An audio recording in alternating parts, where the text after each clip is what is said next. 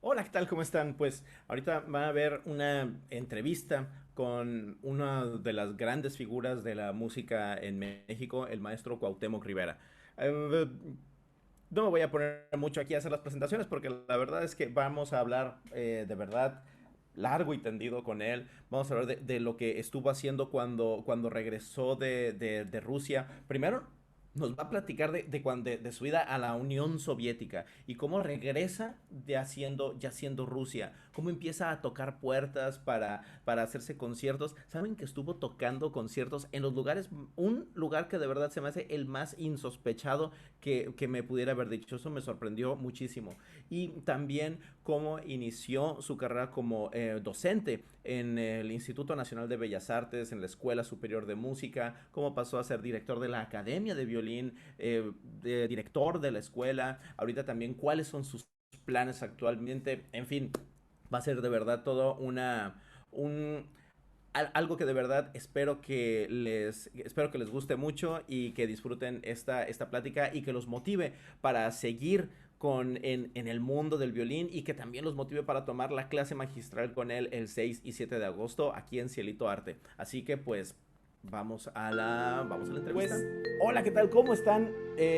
Bienvenidos a esta entrevista que vamos a tener esta noche allá este domingo en la noche. Espero que hayan tenido un excelente fin de semana y que todo el mundo esté muy bien. Y de verdad, muchísimas gracias por estar aquí con nosotros. El próximo 6 y 7 de agosto tendremos una masterclass muy especial. Es con un maestro que ustedes lo conocen, algunos lo conocen mucho, es el maestro Cuauhtémoc Rivera, que es un violinista aquí de México. Vamos a platicar un montón de cosas de él ahorita, pero miren, no quiero aburrirlos ahorita, entonces vamos a darle la bienvenida al maestro Cuauhtémoc Rivera. Maestro, buenas noches allá en México. Tú estás ahorita en la Ciudad de México, ¿verdad? Así es, Manuel. Aquí estoy en la capital del país, en México. Tú estás del otro lado del planeta, ¿no? Estoy del otro lado del planeta, uno de los lugares yo creo más alejados de México, que es en Vietnam. Estamos aquí a 12 horas de diferencia, entonces sí estamos completamente opuestos.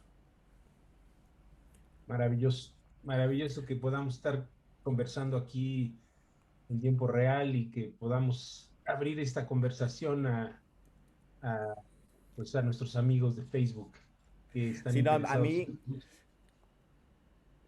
muchas gracias. A mí la verdad me da muchísimo gusto poder hacer esto. Todavía se me hace hasta irreal de repente cuando veo, o sea, pláticas así o los cursos que hemos estado haciendo cuando me encuentro con gente de lugares pues, muy recónditos y de forma simultánea. O sea, cuando tenemos gente de repente que está en México y me dice, no, pues yo estoy en Sonora, yo estoy en Puebla, yo estoy en la Ciudad de México. Y alguien me dice, pues yo estoy en Perú, yo estoy en Argentina, yo estoy en España. Y todos estamos conectados al mismo tiempo. Creo que es algo que nos ha traído esta pandemia, que nos tuvo que desacelerar de unas cosas, acelerarnos en otras, y nos dimos cuenta de lo verdaderamente pequeño que es el mundo, ¿no? Exactamente, Manuel, sí, pero como bien lo dices, felizmente hay se abren una gama inmensa de posibilidades de comunicación, de trabajo, de, de que nuestro pensamiento fluya por otras vías, ¿no? Eh, sí se interrumpió el torrente de la vida cotidiana que llevábamos, ¿no? Como dices, con todas estas premuras y estos estreses y hemos tenido que hacer pues una especie de pausa, pero pues sí, se abren estas nuevas ventanas maravillosas de comunicación. Exacto, no, y qué bueno, y de verdad, muchas gracias por haber aceptado nuestra invitación para hacer esta masterclass. Pero hay un montón de cosas que te quiero preguntar, básicamente porque yo soy muy curioso, pero vaya, yo sabía que tú habías estudiado en Rusia, en la Unión Soviética, en ese entonces, Y tú estudiaste, precisamente tú te graduaste en 1989. Así es, O así sea, es. en la, pues en la apoteosis de la perestroika, de todo esto, o sea, tú estabas ahí, en medio de todo esto, ¿no? Bueno, no en medio En quizá, pero, o medio. sea, ahí está, ahí estabas a un lado de Mijail y le decías, oye, mira, no, es que yo creo que el país debería de tomar este rumbo, este. Pero, pero además estabas o sea, en el Conservatorio Tchaikovsky, o sea, que es pues, legendario, o sea, es uno de los conservatorios más renombrados de todo el mundo. ¿Nos podrías contar un poquito de cómo es que, o sea, cómo te sentías tú cuando estabas ahí? ¿Cuántos años tenías? Bueno, mira, yo llegué a la Unión Soviética en el año de 1981. Yo tenía 16 años en ese momento. Entonces, cuando yo llego a la URSS, me conducen primeramente a un hotel que se llamaba Universitet, que era, digamos, el lugar donde concentraban a todos los futuros estudiantes. Ahí estuve un par de días y después ya me vino a recoger una persona que después fue una persona muy querida, muy cariñosa del conservatorio, que trabajaba ahí en el decanato de extranjeros, Irina Barisovna, eh, y me llevó a la residencia del Conservatorio de Moscú, en donde estuve un año en la preparatoria de idioma, donde llevábamos un curso intensivo de ruso de muchas horas al día, 6 horas, 6, 8 horas, no recuerdo, y también algunas otras materias de historia, etcétera, humanísticas. Y desde luego, pues la materia principal, la especialidad del violín. Entonces, bueno, después yo de ese año yo estuve 2 años en la escuela media del Conservatorio Tchaikovsky, en Uchilice, que era como un bachillerato musical adjunto al conservatorio. Estuve 2 años ahí y después de estos 2 años ya hice un examen de admisión, un concurso para entrar al Tchaikovsky, y en 1984 entré al Conservatorio Tchaikovsky. Ya cursé toda la carrera y justamente todo esto que te cuento coincidió con cambios muy severos en la vida de aquel país. Eh, Me tocaron las muertes de 3 secretarios generales, ¿no? Eh, Brezhnev, Andropov, Chernienko, y bueno, finalmente ya llegó Gorbachev, que mencionabas. Y Mm. bueno, pues sí, en esa época, finales de los ochentas, pues suceden una gran cantidad de cambios, ¿no? Muy importantes en ese país. Me tocó ya, digamos, esa etapa final de la existencia de la Unión Soviética. Y bueno, pues fue una vivencia eh, muy grande, ¿no?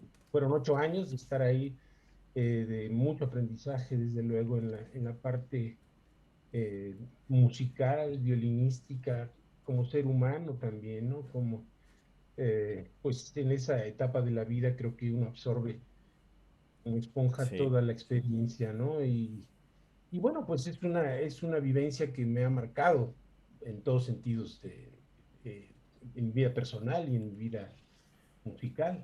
Pues es que me imagino, porque si empiezas a los 16 años, o sea, estás no solamente en tu formación profesional, estás en tu formación como persona. Entonces, o sea, estás recibiendo todo esto en un lugar que es alejado de tu casa, además estabas tú, vaya, no ibas con familia o sí. No, no, definitivamente no.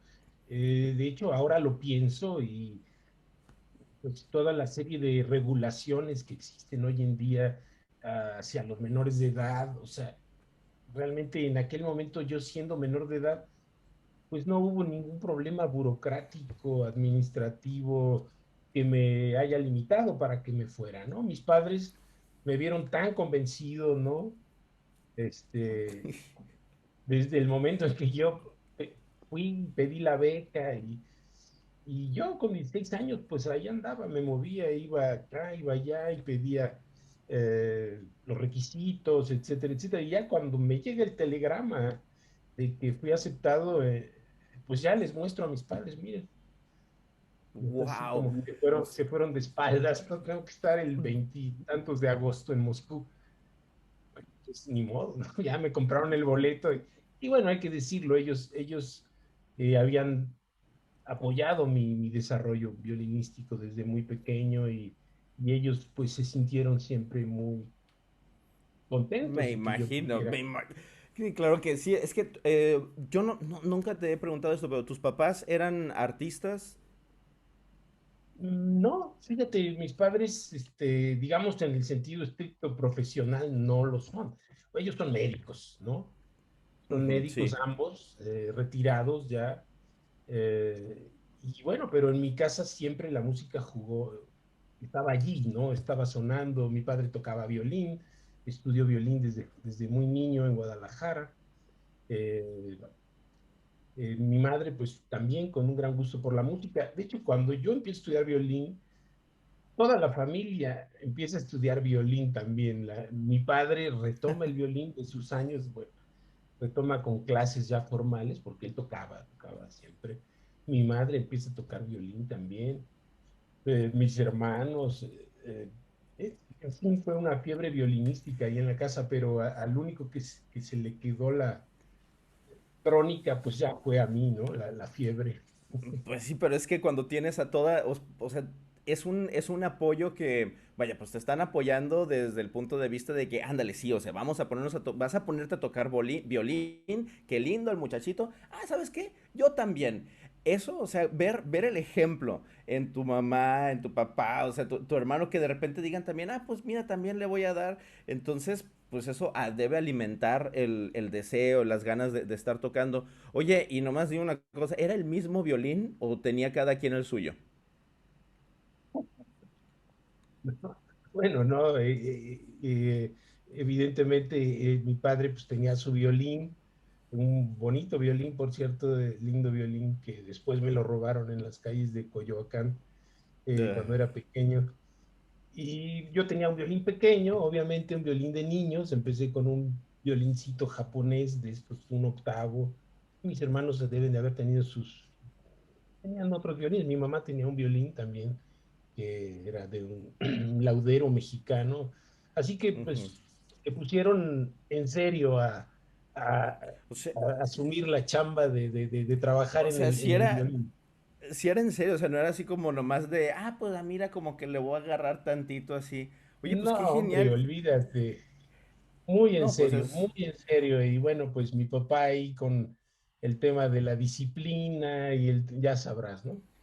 pues sí. Este, el trabajo y bien, pues finalmente creo que despertó un gusto y un amor por la música, por el violín, por la No, y pues él disciplina, por siendo el trabajo. médico, y tus papás, o sea, también, o sea, siendo médicos, pues claro que entienden de disciplina, ¿no? O sea, del estudio, lo que necesitas estarte quemando las cejas pues, para lograr algo.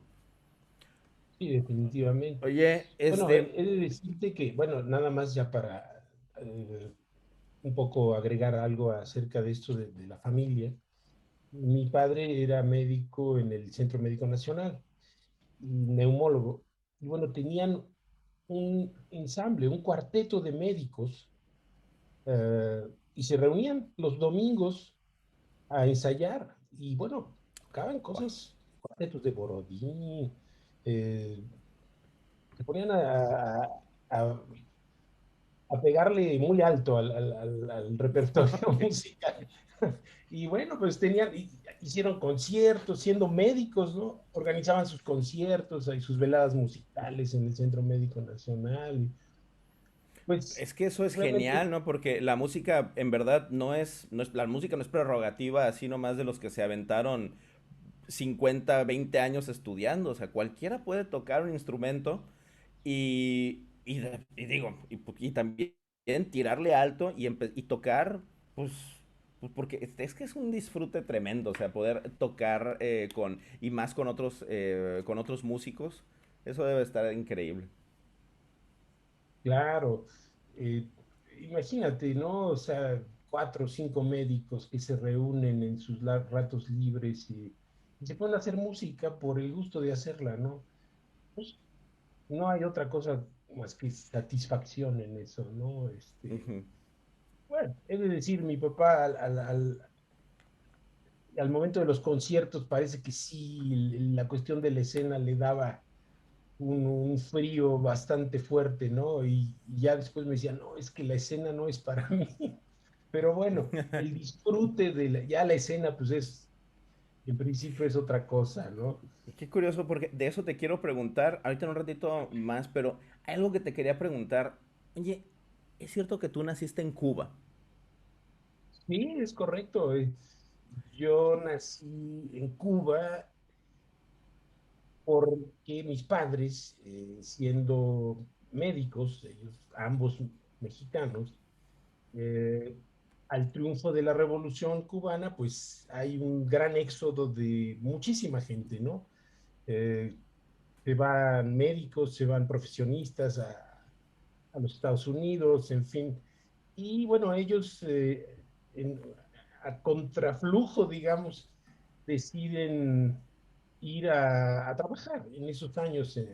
Y bueno, desde el punto de vista médico, tuvieron realmente grandes logros, ¿no? Como médicos, mi padre como cirujano, mi madre como fundadora del servicio de cardiología en un hospital. Eh, Estuvieron ahí 5 años, creo, 5 o 6 años, y el último año de su estancia en Cuba yo nací.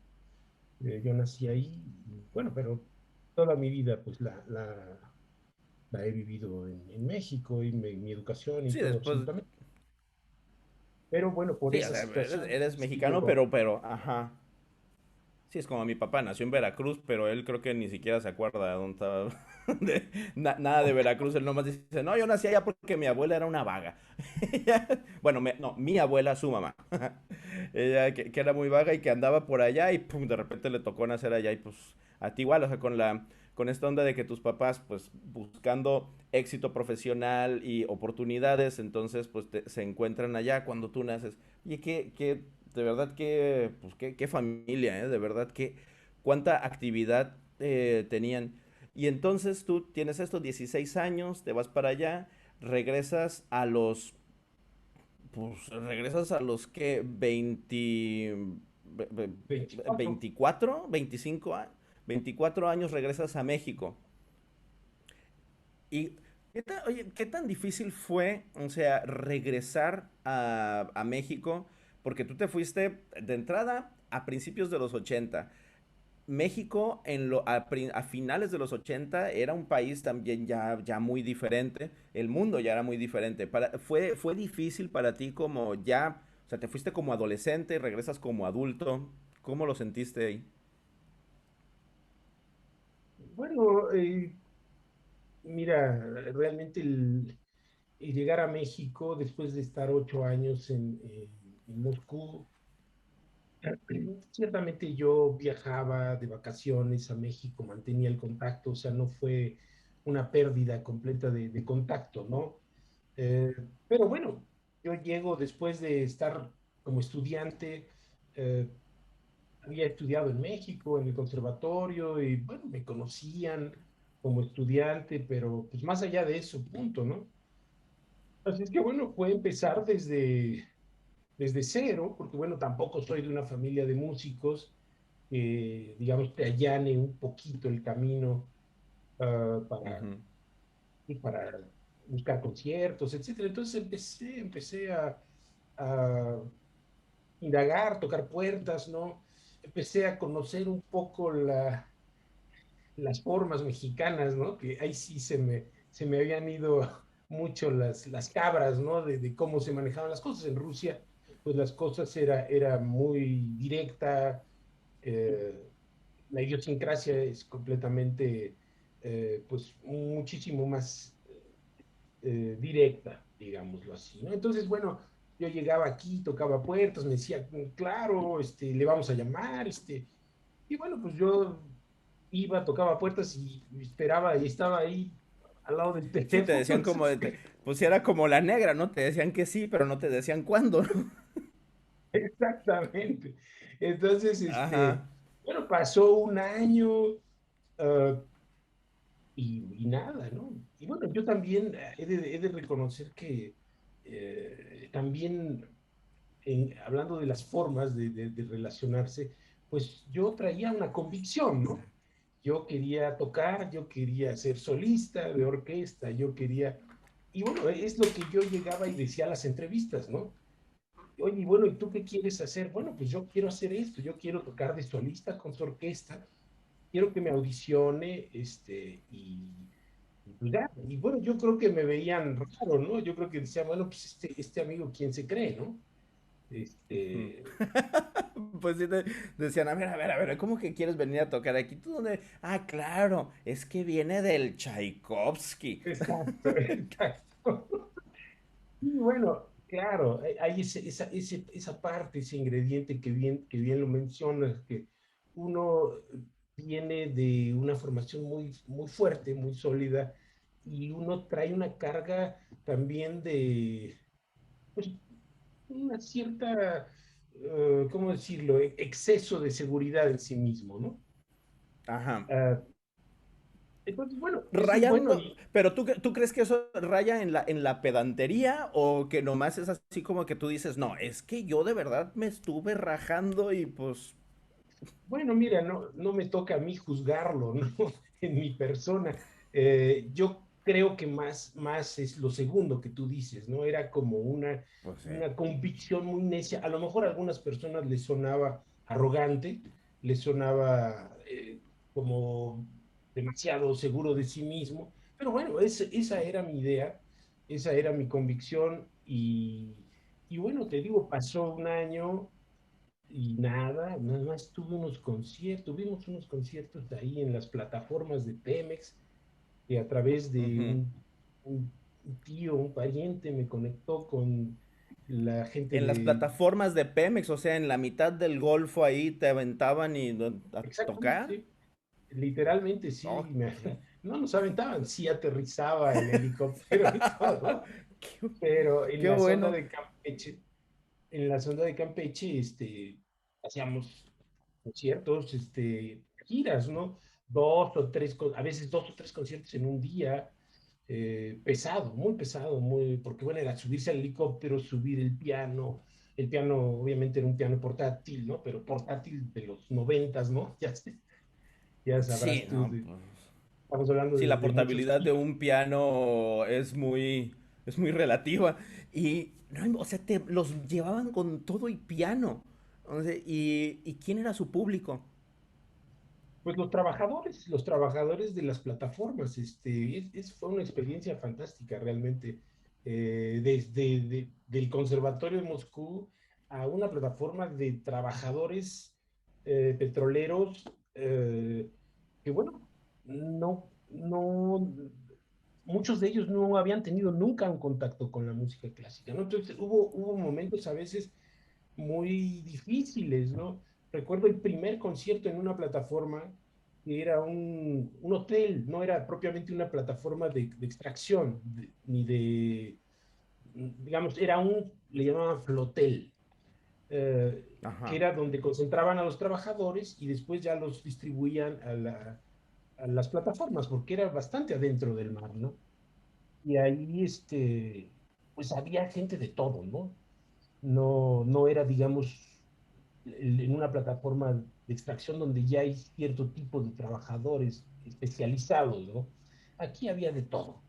Y entonces empezamos a tocar y empezaron a chiflar y empezaron a gritar y mucha ropa, ¿no? Porque iba con... No. Entonces fue muy curioso porque, pues bueno, imagínate, uno está tocando y estás oyendo todo eso, entonces estás en una tensión muy especial. Pero bueno, fuimos avanzando en el recital y tocando y tocando y fue haciéndose cada vez como una atmósfera y la gente se empezó a meter y impresionantemente al final del concierto así era un montón de gente. Realmente fue un concierto muy numeroso porque era un lugar grande. Se paró todo el público y empezaron a aplaudir todos al unísono, ra, ra, ra. Muy, muy bonita experiencia. Pues es que cuando puedes conectarte con el público, o sea, y además, o sea, viene una parte de respeto, ¿no? O sea, que tiene que haber entre los dos. Porque si, vaya, si, me imagino cómo se han de haber sentido cuando empieza todo esto, que uno empieza a sudar frío de que dices, ay, no, a ver cómo me va con este público, a ver si se interesan en lo que estoy haciendo. Pero yo creo que si tú muestras ese respeto por el público y ellos también se empieza a ser recíproco y después de eso, o sea, puedes hacer pues, lo que quieras, ¿no? O sea, porque ellos ya están, pues están en tus manos, o sea, porque te están escuchando y los puedes, pues, ah, no sé, o sea, los puedes conmover, los puedes emocionar, los puedes, muchas emociones que pueden pasar. Yo creo que con la música clásica, incluso cuando no tienes mucho acercamiento con ella, hay muchos puntos fuertes. Bueno, yo me acuerdo, yo por ejemplo, yo tuve mi acercamiento con la música clásica tarde.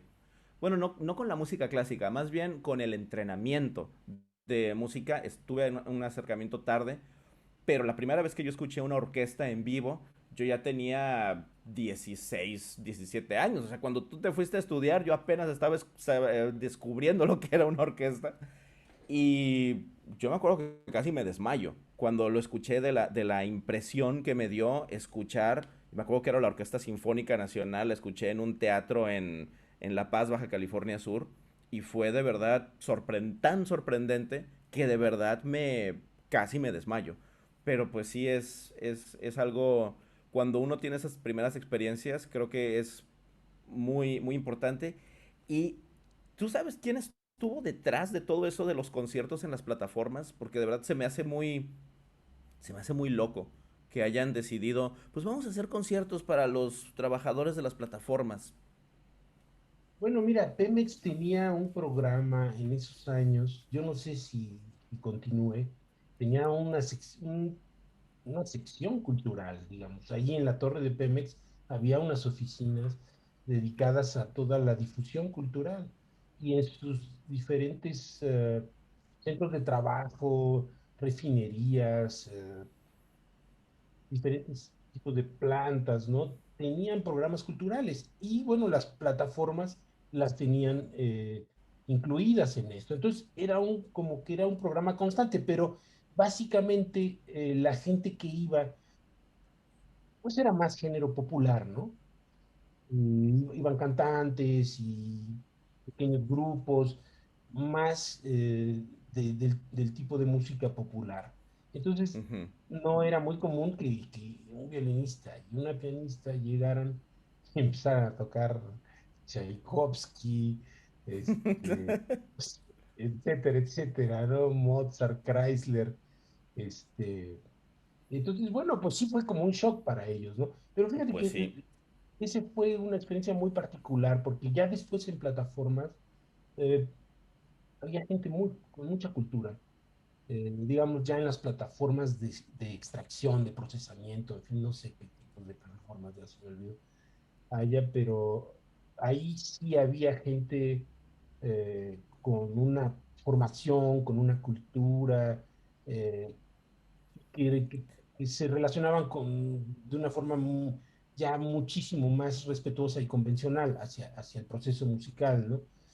Ujú. Y acá donde te digo, pues había de todo, ¿no? Como había gente que había llegado ahí y las distribuían a las plataformas y que a lo mejor estaban por primera vez o eran trabajadores eventuales, ¿no? Pues no eran Sí. trabajadores calificados. Entonces, pero bueno, pues eso realmente fue muy, muy padre porque ahí es donde uno se da cuenta si puede uno hacer música o no, ¿no? Sí, Si claro. Yo me realmente acuerdo, te fascina. mi maestra de piano, me acuerdo cuando estaba, no me acuerdo qué estaba tocando, yo estaba estudiando, y me acuerdo que varias veces le llamaba a la señora que trabajaba con ella, y o sea, y la sentaba y le decía, ¿qué ha pensado de lo que ha tocado Manuel? Pues, pero la señora había estado en la cocina, o había estado, yo me acuerdo que yo estaba tocando y ella estaba trapeando durante todo, y yo en el estudio. Y después ella me decía, a ver, así, y después me decía mi maestra, mira, ella no tiene una formación como músico, y nos contó esto, nos contó estas cosas.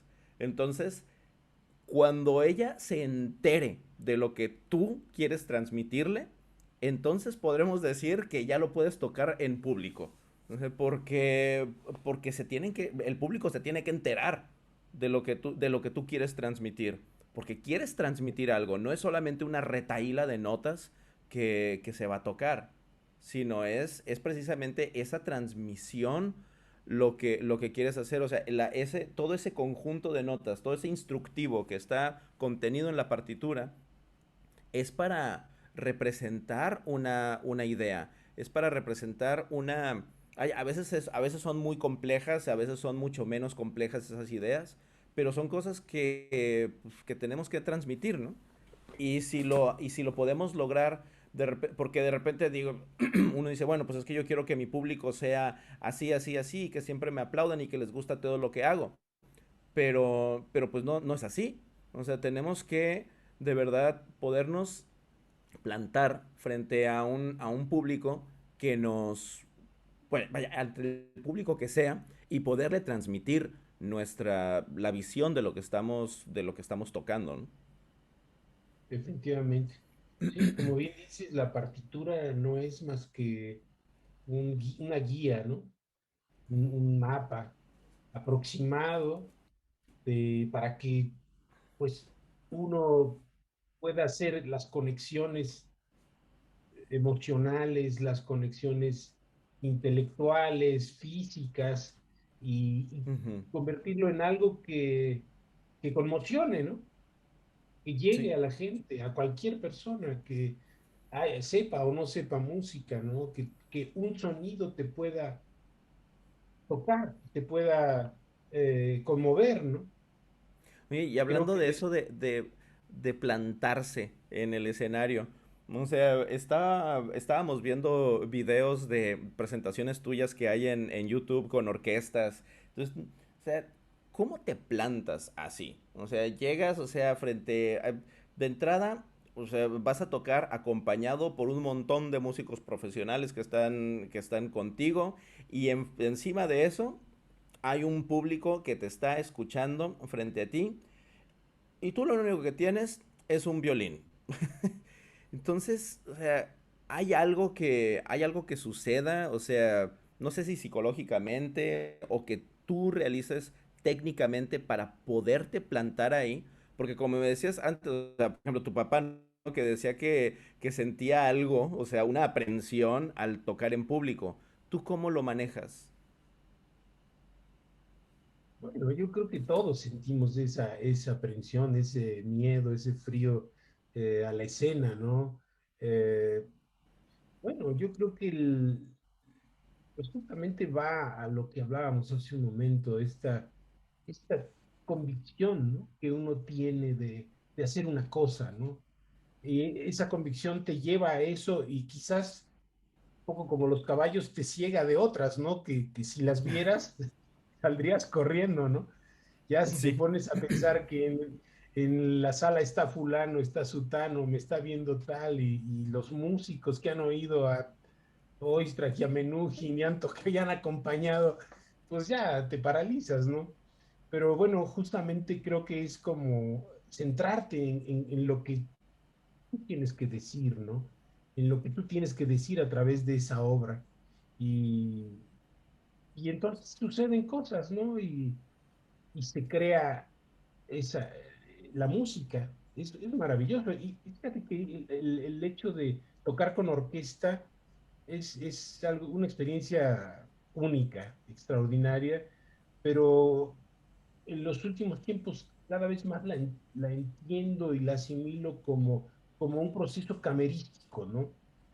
Quizás en algún momento de mi vida lo vi más como el violín y el acompañamiento de la orquesta, pero pues erróneamente, ¿no? Porque realmente es un todo, la música es un todo y uno es parte de ese todo y si no está bien el último atril de los segundos violines o el segundo fagot, pues Ujú. se va atrás de todo, ¿no?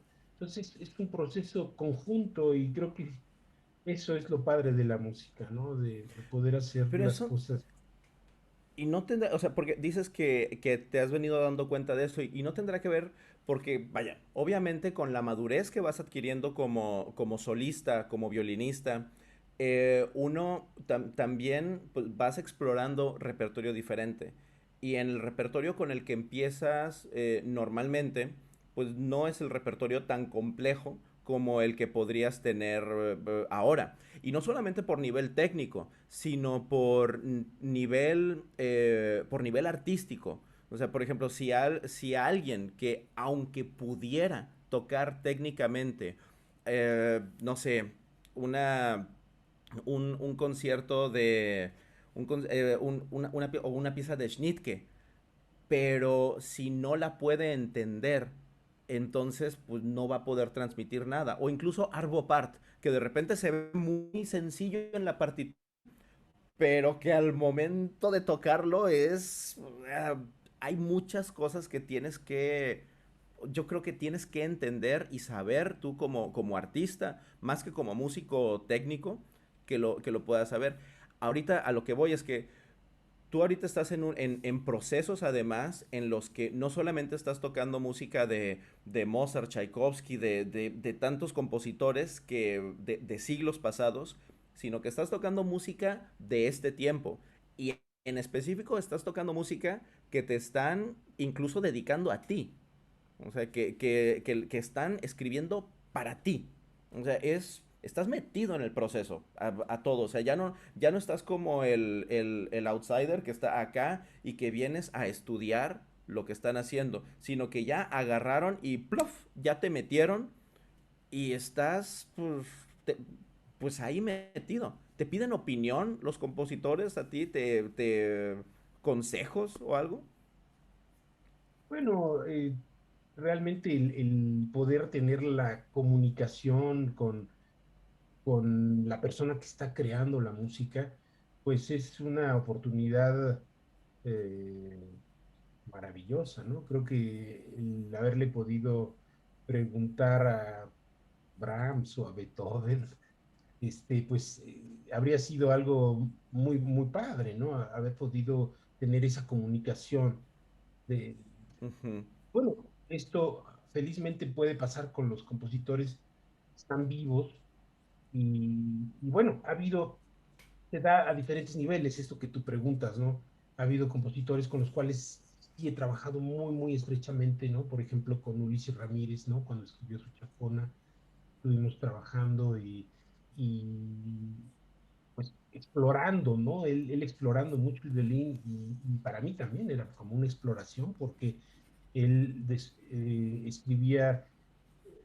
escribió cosas que estiran las posibilidades del instrumento, ¿no? Y entonces uno como instrumentista pues tiene que dar ese estirón, ¿no? Y bueno, desde luego sucedía una comunicación entre ambos, ¿no? Por ejemplo, con el maestro Ibarra, ¿no? Pues él, digamos, hace un trabajo más por tu lado y ya presenta un trabajo, aunque debo decirte que ya posteriormente ha habido después sugerencias de mi parte, ¿no? En su concierto para violín, años después, ¿no? El maestro aquí en Ujú. la cadencia, quiero hacer esto, y bueno, el maestro siempre es muy respetuoso. Ahora mismo te platicaba antes de empezar la entrevista, Alejandro Romero, compositor Sí. mexicano, joven compositor mexicano, con gran presencia ya, ¿no? Internacional, está escribiendo un concierto para violín y orquesta, ¿no? Para mí, para estrenarlo y bueno, eh, ya tengo aquí el primer y segundo movimiento y lo estoy trabajando y bueno, pues son experiencias que sí o sí son enriquecedoras, ¿no?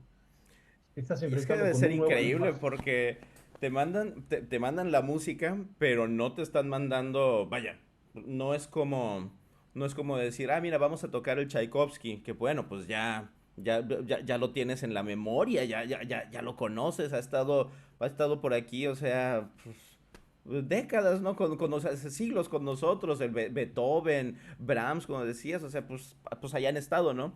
Y uno los ha escuchado, pero cuando es música nueva, o sea, te toca, dicen en francés, dicen que es la premiere, es la creación, o sea, de la obra. O sea, porque una cosa es la composición, pero la creación, o sea, el momento en el que se toca por primera vez es cuando en verdad, porque es cierto, ¿no? La música, digo, si ya se nos ponemos muy filosóficos, la música solamente existe cuando la estás tocando, o sea, o cuando te la estás imaginando, todo así, pero es un proceso muy distinto. Y te mandan todo, por ejemplo, el maestro Romero, Alejandro Romero me dijiste, Sí, sí, sí. él te manda toda la música, te manda todo el score o solamente te manda tu parte. Bueno, me manda el score y mi parte, claro. Ujú. Pero sí es muy el score y también bueno, la, la pista secuenciada, ¿no? Sí, Por computadora, que hoy en día ya existen programas muy sofisticados en donde la fidelidad de la sonoridad es bastante buena, ¿no? Eso, bueno, en el caso de Alejandro me manda todo y otros compositores, bueno, yo les pido el score, desde luego, ¿no? Aunque no me lo manden, sí se los pido, porque, bueno, como te decía hace un momento, pues la música es un todo, no es nada más aprenderte exacto. tu tocadita y ya, pues allá que ellos se hagan bolas, no, no, no, pues es entender todo que, en su contexto, ¿no? No, pues sí, es que tienes que estar consciente de lo que está sucediendo en las otras secciones, pues para poder ver qué es lo que estás aportando tú a la pieza. A mí se me hace fascinante ese proceso y qué bueno que vaya, pues que los compositores estén haciendo esto y que lo sigan haciendo, que se sigan acercando con los concertistas, pero yo creo que también es importante que no solamente se acerquen, por ejemplo, a los Cuauhtémoc Rivera, o que piensen, ah, es que esta pieza se la voy a llevar al maestro Rivera, pero lo puedes hacer con quien sea, ¿no? Lo puedes hacer con vaya, alguien que diga, es que estoy estudiando composición, o sea, puedo acercarme a mis amigos y que ellos toquen lo que yo estoy haciendo. O sea, creo que eso es muy valioso, ¿no? Es, perdón, se me fue Nada más lo quería que te iba a comentar, preguntar. Manuel, perdón que te interrumpa, un poco volviendo a esta idea que mencionaste de esta creación de la que hablabas, ¿no? Cuando suena la música por primera vez, ¿no? Eso tiene como todo, tiene su lado eh, difícil, ¿no? Enigmático de descubrir un nuevo lenguaje, de meterte a un nuevo universo sin descubrir. Y eso, pues, es un proceso difícil, doloroso, ¿no?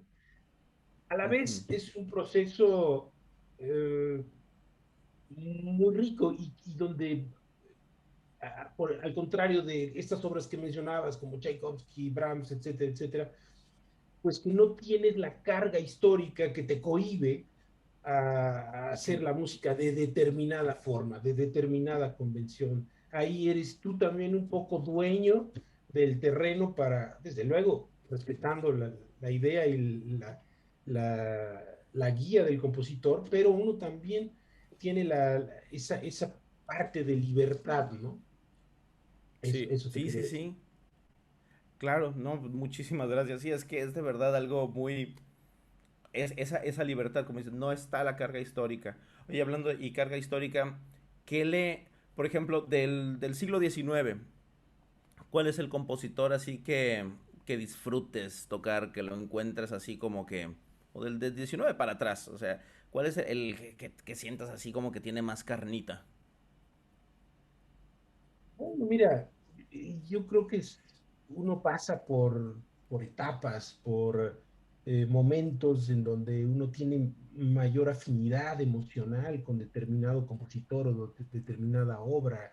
Te puedo decir que hace algunas décadas, pues no sé, mi gusto por Brahms, por ejemplo, ¿no? por Sibelius, ¿no? Eh, pero bueno, va uno cambiando, ¿no? Y bueno, Ujú. hoy en día, pues, descubro Beethoven, ¿no? Tardíamente. Beethoven, estoy hablando del concierto para violín, no de las sonatas, ¿no? Que desde Ajá. luego, pero Mendelssohn, por ejemplo, ahora en la pandemia, ¿no? Es un concierto que yo siempre, pues, no sé, le había hecho yo el feo, ¿no? Tontamente. Y lo he empezado a estudiar y a descubrir cuánta música hay en Mendelssohn, ¿no? Es muy, muy, muy impresionante la, la, cómo logra a través del instrumento hacer tantas cosas, ¿no? Y dominar tan tremendamente al violín, ¿no? Entonces, como te digo, es muy cambiante todo eso.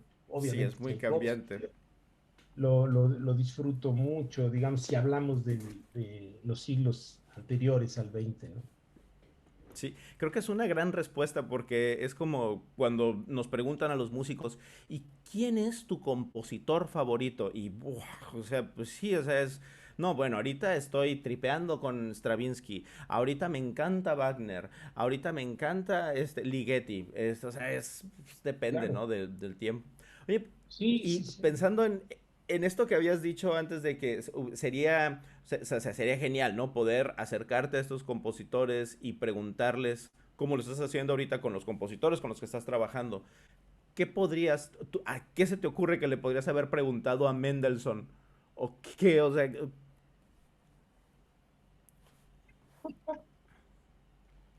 Buen punto, ¿eh? Buen punto. Este, híjole, está, no sé, quizás preguntarle más allá de su concierto, de su música, de indagar un poco más en su persona, ¿no? Porque sí. bueno, el Ujú. concierto pues habla por sí mismo, ¿no? Y además está tan tocado y tan oído y tan manoseado y bien tocado y mal Ajá. tocado, que bueno, pues uno tiene que tratar de encontrar su propia, su propia versión, su propia lenguaje a través de esa música, pero quizás hubiera sido bonito conocer un poco más qué persona era, cómo, Claro. qué le movía para vivir, ¿no? Qué le movía para hacer ese concierto, para hacer octeto, para hacer sus sinfonías, ¿no? Eh, Sí, es como lo que dices, ¿no? O sea, la partitura ahí está. Y la partitura en verdad habla por sí misma. Que eso es otro de los grandes, creo que rasgos de los grandes compositores. Que las partituras están tan bien escritas que si técnicamente tienes lo necesario, es sencillo tocarlas. O sea, no tienes que quebrarte la cabeza para descifrar lo que está ahí, sino que brinca de la partitura. Vaya, hay obras que sí son muy ingratas, que de repente tienes que meterle mucho más estudio y dices, tanto para que se oiga así, pero bueno, está bien. Pero hay cosas que luego brillan enormemente. Pienso en, por ejemplo, hay una fuga en una ópera de Wagner que los barítonos tienen que cantar y cantar y cantar una cantidad impresionante de notas. Y dicen, sí, dice, y lo tienen que hacer. Dice, y lo tenemos que estudiar mucho y lo tienen que hacer súper preciso. Pero la verdad es que nadie los va a escuchar porque después llegan los bajos y empiezan a cantar esa super línea melódica que pues, se apodera de todo, ¿no?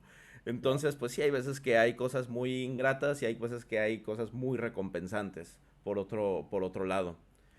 Claro, así es, exactamente. Y bueno, Oye, y sí, dime, entonces, dime. tú terminas, bueno, 1989, regresas México y empiezas además y bueno, y empiezas como dices, a tocar puertas, empiezas a hacer los conciertos en las plataformas, que todavía me tiene muy, muy sorprendido. Y, y luego empiezas a dar clases en la Escuela Superior de Música. Pero empezaste, vaya, casi casi cuando regresaste, ¿no? ¿O cuando empezaste a dar clases en la Escuela Superior de Música? Un año después, en 1990, y salió en el periódico, todavía había periódicos, digo, todavía hay, pero ya nadie los compra, Ya ¿no? nadie lo... Sí, ya decir abrir el periódico ya es así como de que no, bueno, pues lo vi en Twitter, ¿no? Así así es. Entonces, había una convocatoria, ¿no? Para maestros de la Escuela Superior de Música y bueno, pues me preparé, y concursé, gané el concurso eh, y empecé a dar clases ahí en la Escuela Superior de Música, todavía en su plantel de Coyoacán, de Fernández Leal. Y bueno, hay que Ah, decir parece. que el panorama sí era un poco desolador, ¿no? En ese momento en la escuela, desde el punto de vista violinístico, ¿no? Ujú. Y, Este, pero tú después, o sea, cuando hiciste eso, llegaste incluso a dirigir la cátedra de violín. bueno, eso fue después, eso ya fue muchos años después. Pues empezamos a hacer un trabajo ahí muy eh, desde, pues desde abajo, desde los cimientos. Lo he escrito en algún artículo que en su momento redacté para la revista de la escuela cuando después fui director, de cómo encontramos, cómo empezamos a hacer ese trabajo de colegiado como grupo. Felizmente pudieron entrar otros maestros que tenían formaciones eh, semejantes, ¿no? Entonces, Ujú. pues empezamos a hacer un trabajo colegiado, eh, hacer exámenes regulares, empezar a trabajar sobre un programa, técnica, acordar repertorios. Entonces se empezó a generar un trabajo colectivo interesante.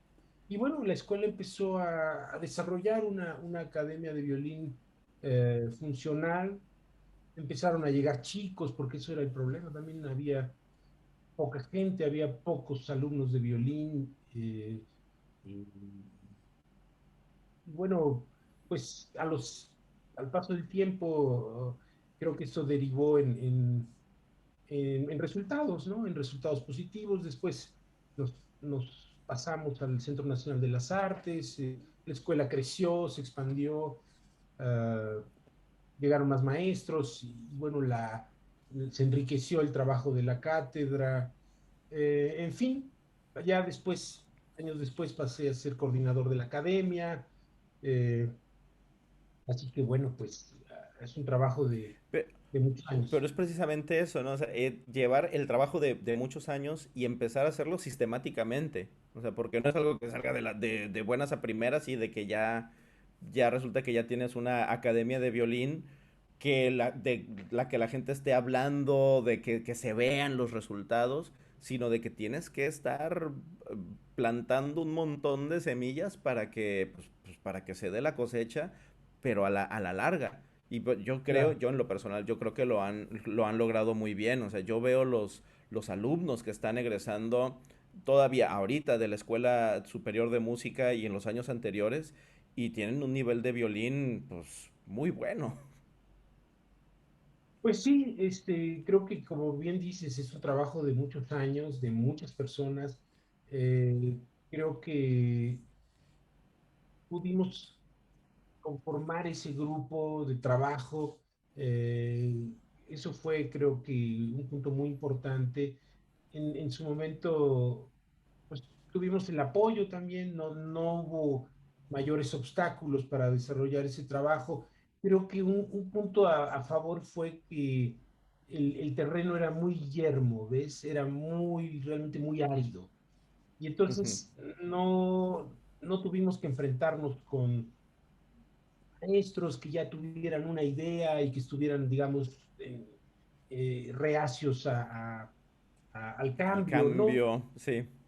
Entonces, eso creo que fue muy positivo. La Escuela Superior de Música era realmente en esos años, creo yo, y bueno, a lo mejor con esto me voy a ganar algunas críticas, pero era una escuela muy marginal, era una escuela muy, digamos, ¿cómo decirlo? Eh, Pues Un mira, yo poco. nomás, yo me acuerdo que le decían en los, cuando, en, híjole, cuando estaba yo en la escuela, pero Tenía bueno, muchos yo me acuerdo que apodos, le decían la super, tenía la super peor, o sea, le decían en algún momento. exactamente. Entonces, Sí, la super peor, la inferior también le decían, ¿no? La la superior. sí, y es todas las escuelas yo creo que pasan por eso y todas las escuelas tienen una época dorada. Yo creo que bueno, yo creo que a lo mejor yo estoy un poquito sesgada, mi opinión está quizá sesgada porque yo cuando estuve trabajando en la Escuela Superior de Música, que era cuando tú estabas, de hecho que tú me invitaste a trabajar como para dar las clases de Dalcross, yo lo veía como que estaba creciendo muchísimo y yo veía el entusiasmo, sobre todo de las generaciones más pequeñas, que iban con muchísimo entusiasmo hacia su formación futura, o sea, como preprofesionales y como profesionales. Creo que se empezó a instalar una visión muy larga, de muy larga duración de lo que era la carrera de música y creo que fueron unas bases muy importantes para lo que es ahora la Escuela Superior de Música. Sí, bueno, pues gracias, Manuel. Realmente que afortunados fuimos de poder ir atrayendo gente muy valiosa que se había formado o que se estaba formando en otros países y haber podido pues ser como un polo de atracción para gentes como tú, ¿no? Que en ese momento llegaron a su país de regreso de estudiar, situación que yo había vivido, ¿no? Y como te había narrado hace unos minutos, pues no fue así como muy, de que lo recibieran a uno con los brazos abiertos, ¿no? Y bueno, pues yo pensé que era muy importante que la gente que se estaba formando fuera, pues que llegara y tuviera un campo donde aplicar lo que podía hacer. Creo que Sí, no, llegaron y gentes muy además, valiosas.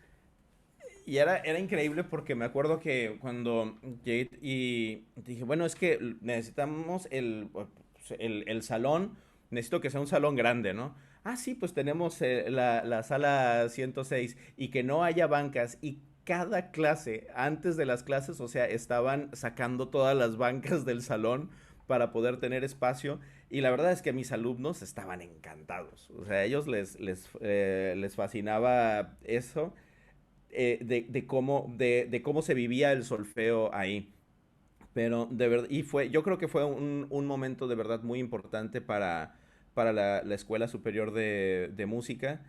Y porque además no solamente tienes a un maestro capaz al frente, sino también tienes a alguien con una visión artística. Y que esto lo menciono mucho, lo de visión artística, porque creo que va más allá solamente de ser un músico técnicamente, sino que es saber qué es lo que tú haces como artista estéticamente, socialmente y, y también educativa, pedagógicamente.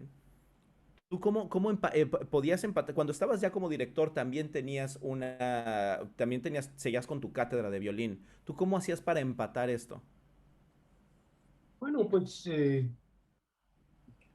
sí, había que multiplicarse, ¿no? Obviamente tuve que reducir mi número de alumnos, pero nunca dejé de dar clases y continué teniendo a algunos chicos de alumnos.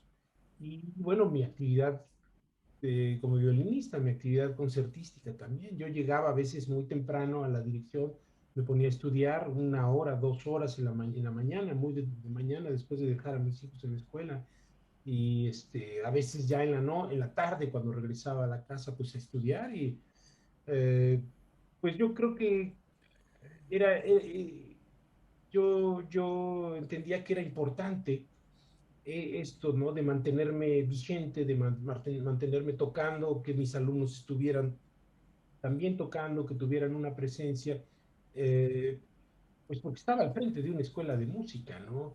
Creo que Sí. si al frente de una escuela de música pues no está un músico, pues ya no estamos muy bien, ¿no? Entonces, bueno, yo creo que eso, digamos, creo que fue lo que me llevó a la dirección de la escuela, ¿no? Mi trayectoria como violinista, como maestro dentro de la misma escuela, y y bueno, pues no podía eh, sumirme por el desfiladero de mi escritorio, ¿no? Que Ujú. puede uno extraviarse ahí, ¿no? Y que bueno, pues la cantidad de asuntos y de trabajo que pasan por un escritorio de esos es mucha, pero pues sí creo que era importante no extraviarse ahí, ¿no? Había que seguir siendo músico, había que seguir teniendo en las manos y en la mente la música para seguir entendiendo hacia dónde se mueve una escuela de música, ¿no? Y Claro. bueno, creo que esa visión me ayudó mucho y a la vez me confrontó mucho con otras visiones, ¿no? De lo que debe de ser un funcionario público, ¿no? Que bueno, en otros niveles se entiende que un funcionario público tiene que ser alguien de ese nivel, pues que cumpla órdenes y que le digan, tienes que hacer esto y esto, y bueno, no, no era mi caso, ¿no? Creo que esa fue mi, mi signo, pues. Pues sí, pero pues es que también es también otro es otro rasgo de los artistas que a mí siempre me lo dicen. O sea, siempre cuando estoy en las escuelas en donde trabaje, siempre cuando me dicen, "Ay, bueno, es que tú eres artista", ¿no? Pero me lo dicen así con un pesar, así como de, sí, o sea, ya sabemos que tú no nos vas a hacer caso, que vas a hacer lo que quieras, que tú tienes así, pero no es que haga uno lo que uno quiera, es que uno hace lo que de verdad, pues ves lo que es correcto, lo justificas y si lo puedes llevar adelante, pues lo llevas adelante, ¿no? Es lo Claro. mismo que vaya, podemos hacer el símil con una partitura, ¿no? O sea, porque tú tienes una visión de cómo tiene que sonar y de repente dices, bueno, esto no en cuanto a las notas, sino la intensidad, la velocidad, vaya, o sea, fraseo, dinámica, agógica, o sea, con eso lo vas viendo y te tomas esas libertades dentro del marco que tienes. Entonces, pues yo creo que eso es lo que tú hiciste dentro de tu gestión, lo que uno tendría que hacer dentro de una gestión, ya sea una escuela como la Escuela Superior de Música o una academia como Lucita Te Capacita.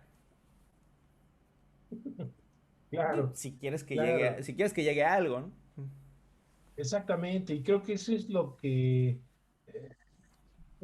marca cuando tiene un objetivo, digamos, una institución o un país o una persona, eh, justamente es esa posibilidad de imaginar cosas, de soñar y de realizarlas, ¿no? Eh, y de no ceñirse a ciertos cánones, ciertos protocolos, que bueno, hay que hacerlo también porque pues nos movemos dentro de una sociedad, pero sí tiene uno que tratar de estirar, ¿no? Y tratar pues, transformar dentro de lo posible, ¿no? Exacto. Y ahorita me estabas contando entonces que ahorita, en este momento, tú ya estás jubilado. Bueno, sí, de la institución, digamos, ¿no? Ajá, Yo sí. de la Escuela Superior de Música del Instituto Nacional de Bellas Artes, en donde trabajé por 30 años, en donde fui maestro de violín, fui coordinador de la Academia de Violín, fui director de la escuela por casi 8 años. Sí, decidí a los 30 años, pues, concluir mi trabajo dentro de esos marcos, digamos, Sí. que no jubilado de la música, que no jubilado del violín y que no No, por jubilado supuesto que no.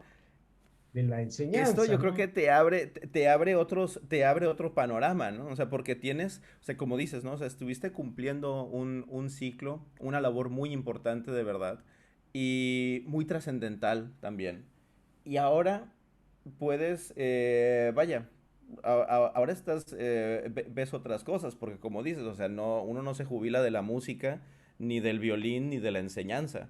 Ahorita pues, yo creo que tomar todo esto que has estado haciendo, compartirlo vaya, lo compartes de forma activa desde que eres músico y desde que eres concertista.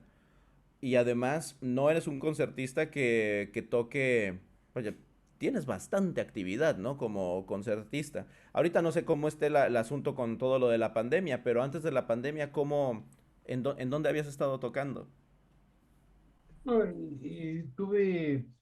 realmente llevaba una buena eh, racha de conciertos. Estuve, por ejemplo, toqué por primera vez con la Orquesta Sinfónica del Estado de México, eh, después de muchos años de vida profesional, finalmente.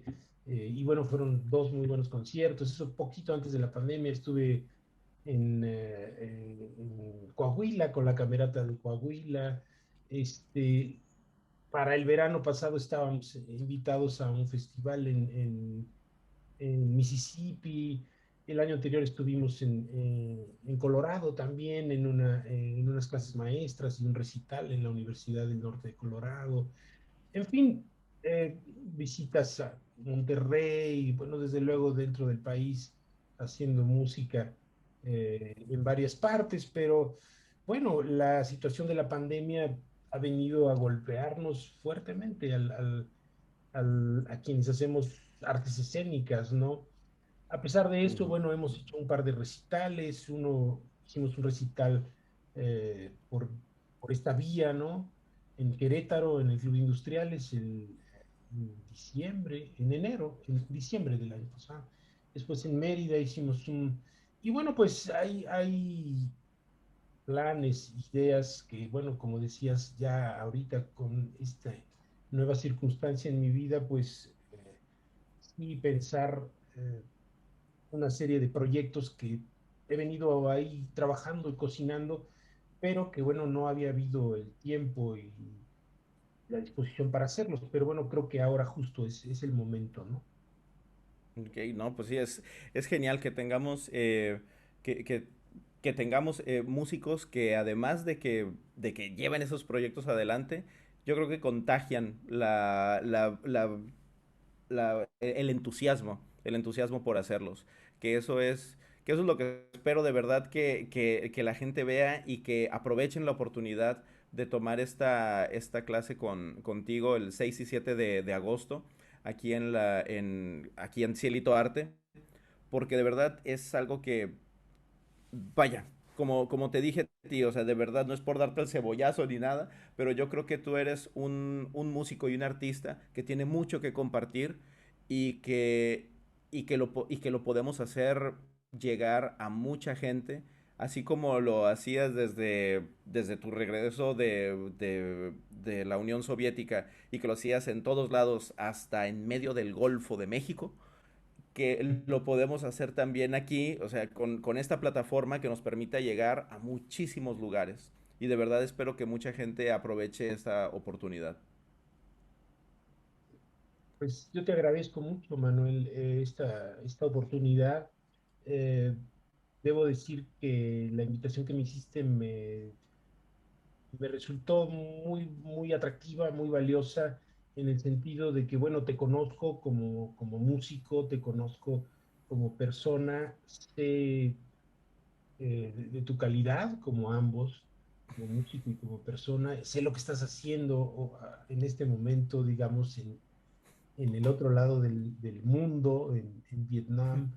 Te sigo en tus redes sociales y me dio mucho gusto la invitación. Creo que, como bien dices, es una oportunidad de llegar a, a otros ámbitos, a otros universos, a otras personas a través de un medio como este y de poder aportar algo en su práctica cotidiana con el violín, con la música, ¿no? Sí, Creo y que es, lo que me decías, o sea, además que se enamoren de verdad del instrumento, porque no es un sufrimiento, o sea, uno, o sea, sí cuesta trabajo los instrumentos, pero uno tiene que estar enamorado de su instrumento de verdad. Claro, claro, definitivamente. Pues yo creo que es posible aportar mucho, bueno, a través de una clase maestra, pues en lo individual y también con conceptos más generales, digamos, de lo que es la práctica del instrumento, del violín, de la música. Y bueno, yo creo que puede ser una oportunidad para jóvenes y no tan jóvenes, bueno, que siempre somos jóvenes y la música siempre nos rejuvenece, nos Sí, mantiene claro, eso jóvenes, decimos ahorita que tenemos ya un poquito de más añitos, ¿verdad? Siempre somos jóvenes, siempre somos jóvenes.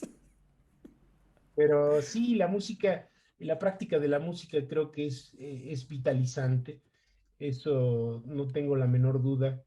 Y bueno, si a través de estas clases maestras que has organizado, podemos darle luces, podemos darle elementos a las personas que estén allí, eh, sean violinistas con miras a ser profesionales o sean personas que hagan música por su gusto, para sí mismas o para su círculo, eh, para, Ujú.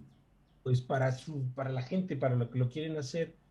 Quiero decir con esto que no necesariamente tienen que ser violinistas profesionales o con miras a hacerlo, pero sí que les pueda dar elementos para poder hacer la música y el proceso de hacer la música y de conocer y dominar un instrumento tan complicado como es el violín, hacerlo más sencillo, más amable y encontrar respuestas que a veces solos nos cuesta trabajo encontrar, ¿no? Qué bueno que lo mencionas porque nos han preguntado mucho acerca de el repertorio. ¿Qué tendría que presentar como repertorio? Y la verdad es que, pues, algunos, yo siento que de repente como que puede uno sentirse intimidado ante el prospecto de que, bueno, es que voy a mandar mi video y me va a escuchar el maestro. Entonces, ¿qué es lo que debería de tocar? O sea, ¿tú qué es lo que, vaya, qué les podrías decir a estas personas?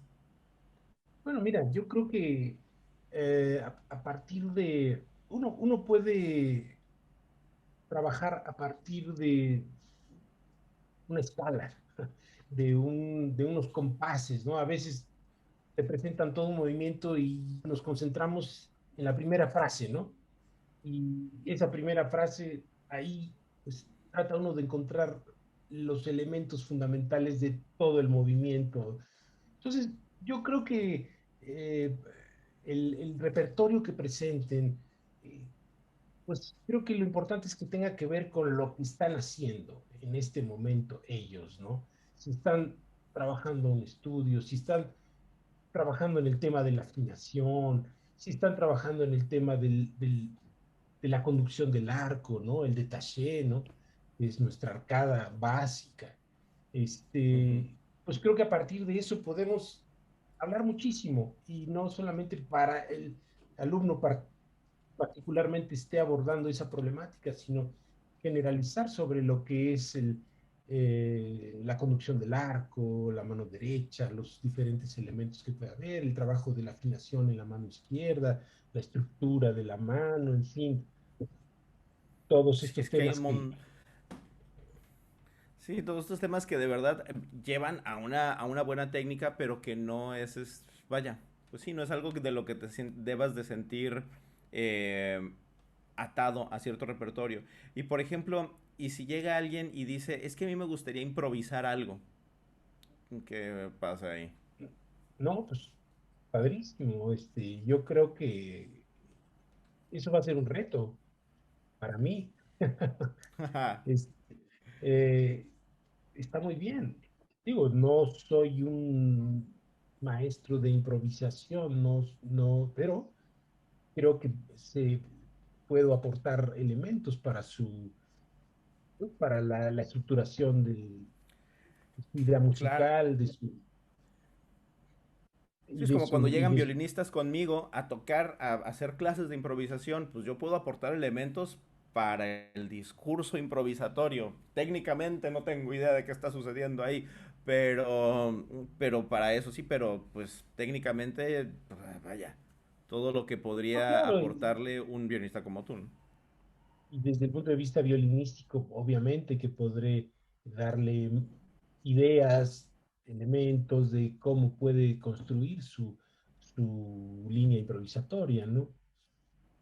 Así que yo creo que no debe de haber ningún tipo de censura de esta parte y de autocensura de parte de los chicos que se inscriban, de cohibirse, de que, bueno, ¿cómo voy a presentar esto? No, yo creo que tienen que pensar en sus necesidades, qué es lo que necesitan, sobre qué necesitan trabajar, qué necesitan desarrollar, y a partir de eso, pues nosotros vamos a trabajar y a construir una clase, ¿no?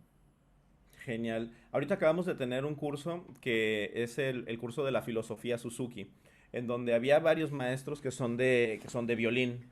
Y ahorita me recordó mucho lo que tu situación familiar, porque precisamente siempre se habla de eso, ¿no? Que tiene que haber un triángulo que es el maestro, padres y el alumno. Y pues tú Ujú. lo tenías, pues ahí estaba, ¿no? O sea, te estabas con tu maestro, con quien te estaba llevando la formación del instrumento, pero pues toda tu familia también estaba bien puesta ahí. Entonces, de verdad espero que también estos maestros aprovechen la oportunidad para, pues eso, ¿no? O sea, para ver una perspectiva diferente. Además, creo que siempre una clase magistral te da una perspectiva única de en dónde estás parado en ese momento. Si te animas a tomarla como ejecutante, porque es una, pues sí, es un poco exponerse, pero creo que uno crece muchísimo después de estas experiencias. Claro que sí. Claro que sí, Ujú. son experiencias en donde, como bien dices, se expone uno, pero eh, pues te pones allí para que, para recibir, ¿no? Información, Exacto. en fin. Así que, pues yo los invito a que se animen. Muchas gracias, maestro. Y bueno, ya es muy tarde por allá, y ya no quiero, pues ya, vaya, de verdad te agradezco muchísimo todo este tiempo que nos has dado. Ya tenemos un ratote aquí platicando y de verdad te lo agradezco mucho habernos contado de tus experiencias como músico joven, como músico egresado, como maestro en la Escuela Superior de Música, como director ahorita como también tu experiencia post vida institucional, que también creo que va a ser algo muy emocionante para ti y creo que podemos esperar nosotros también cosas muy interesantes, porque, digo, una vez más, digo, no es por darle el cebollazo, pero la primera vez que yo escuché el nombre Cuauhtémoc Rivera, pues fui a ver un concierto y cuando te vi tocar, dije, pero qué, o sea, qué forma de pararse en el escenario. O sea, porque así era en el Teatro de Gollado y era tragarse el escenario, de verdad, nomás compararse y el sonido. Entonces, de verdad, eso te lo agradezco muchísimo porque también me alimentaste en ese momento de algo muy importante para mí, que era esa relación con el sonido del violín. Yo en esa época también estaba estudiando composición, así que andaba buscando por todos lados. Pero fue algo de verdad muy bello. Y tener la oportunidad de trabajar contigo años después, también eso es algo que agradezco muchísimo y que, vaya, que te agradezco a ti. Hombre, Manuel, muchas gracias, por rememorar estas cuestiones y es un placer realmente. Ha sido siempre un gran gusto el colaborar contigo y esta nueva oportunidad me llena de alegría, de gusto y qué bueno que vamos a hacer esto y espero que nuestra colaboración musical todavía sea muy larga. Espero que así sea. Espero que así sea. Maestro, muchísimas gracias. Y bueno, pues nos vemos entonces 6 y 7 de agosto. Y pues muchas gracias a todos los que nos estuvieron escuchando. Y bueno, maestro, pues ya no le quito más su tiempo. Muy No, buenas Manuel, un noches. gusto. No sé si haya algún comentario de la gente que haya visto o algo que quieras que respondamos. Pues un montón de saludos. Desde Oti Romero. Oh, Hortensia, bien. sí, Hortensia Romero, sí es chelista. Eh, Verónica Alejandra Soltero también manda saludos. Mucha gente que estuvo viendo ahorita la transmisión y que la han estado siguiendo. Pero tengo un montón de comentarios aquí, pero después nos han estado escribiendo también en mensaje directo a la página, pero esas preguntas te las paso después, mejor, porque ahorita no más no se carga esto. Ok, ok. Pues un saludo a toda la gente que nos acompañó en esta transmisión con mucho cariño. Manuel, mil gracias y nos vamos a estar viendo próximamente. Nos vamos a estar viendo, maestro. Muchas gracias y pues hasta la próxima. Un Adiós. abrazo hasta Hanoi. Muy bien, pues muchísimas gracias al maestro Cuauhtémoc Rivera que estuvo aquí con nosotros y de verdad no se pierdan la oportunidad de trabajar con él. Es de verdad un gran maestro, es un gran ser humano, como lo han visto, es súper sencillo, de verdad. Da mucho gusto trabajar con él y da mucho gusto la forma como te da las correcciones, como te va diciendo, mira, podrías hacer esto, podrías hacerle así, podrías hacerle así. De verdad es algo que no se pueden perder. Muchas gracias y bueno, pues recuerden que esta entrevista va a estar aquí para que la sigan viendo aquí en la página, va a estar también en el canal de YouTube y también en unos 2 días va a estar en formato de podcast para que la puedan escuchar, compartir una vez más. Muchas gracias y hasta la próxima. Adiós.